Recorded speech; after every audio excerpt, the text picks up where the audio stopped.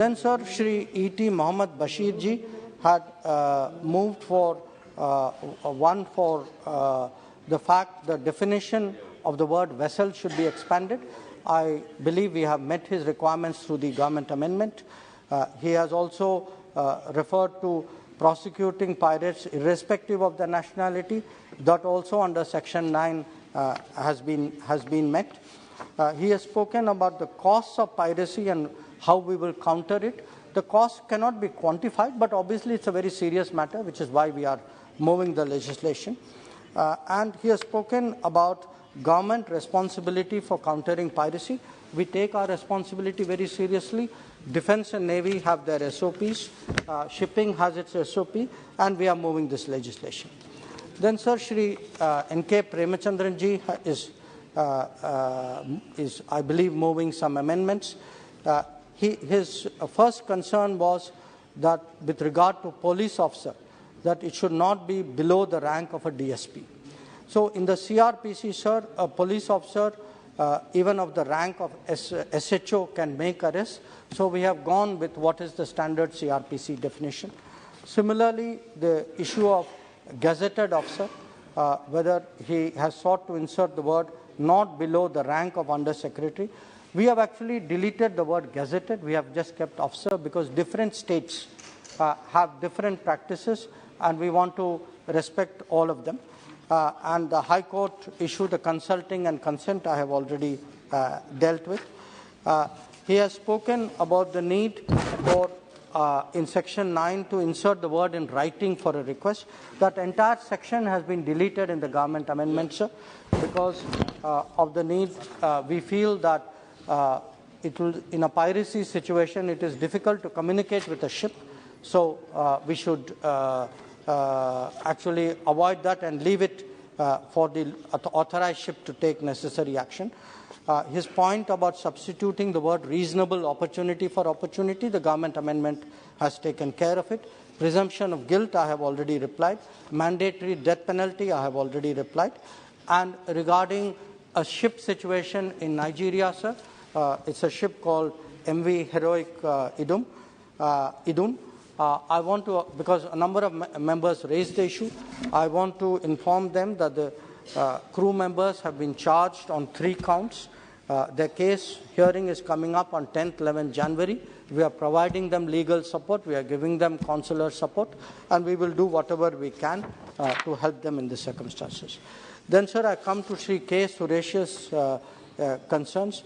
One was regarding the area of jurisdiction.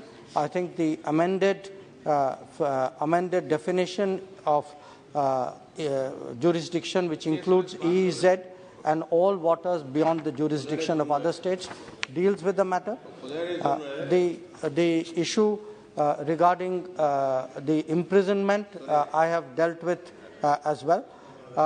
As regards the rarest of the rare and death matters, this too is something which I have already addressed.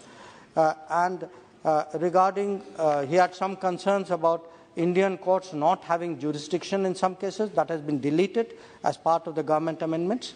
And he was concerned that how does the law treat a foreign government's naval force? And what I want to clarify is that nothing in the proposed bill will apply to a warship or a government-owned ship employed for non-commercial service. So these, sir, were discussed earlier. Today Shri Adhir Ranjan Chaudhary ji also spoke on the bill, sir. One, of course, he was kind enough to note what he called my activities around the world. I appreciate that very much. I want to inform the House, sir, through you, that I was in New York to chair the UN Security Council, which is a matter of great pride for all of India. And the two issues which came up were the reformed multilateralism and counter-terrorism, both, that is UNSC reform and counter-terrorism, both of which are very, very important and subject of national consensus in this House. He referred to the G20 issue. It is outside the purview of the bill, but I want to tell him that this is a moment when the world is looking for Indian leadership. So if the world values India's leadership, I would urge all sections of India, including...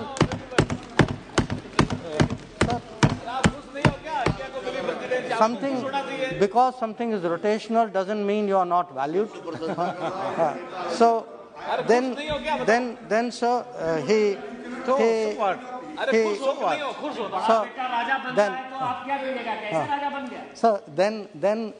sir, in passing, the honourable member also suggested government is indifferent, he used the word, indifferent to China. So I want to say something, sir. If we were indifferent to China, who sent the Indian army to the borders to defend our borders? If we were indifferent to China, why are we today pressing China on disengagement and de-escalation? Why are we saying publicly that our ties are not normal? So we have no problem if there is political differences, if there is even political criticism. I have heard sometimes that my own understanding needs to be deepened. When I see who is giving the advice, I can only bow in respect. But I think we should not directly or indirectly criticize our Jawans. Yeah. When our Jawans, sir, are standing, sir, our Jawans are standing, sir, in Yangtze, in Yangtze at 13,000 feet. Yeah. At 13,000 feet, they are standing there defending our border. They do not deserve to have the word pitai. The word pitai should not be used for our Jawans, sir. Sir, our Jawans are standing their ground. Please. So they should be respected, they should be honored, they should be appreciated.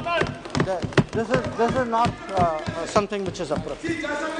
So then, sir, let me come sir, come to the bill.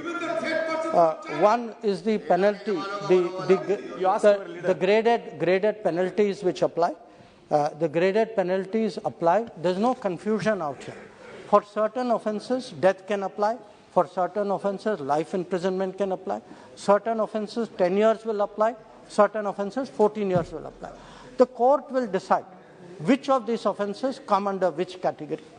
And finally, sir, on the bilateral extradition and bilateral arrangement, I think Sri Adhiranjan Chaudhary ji has a very valid point.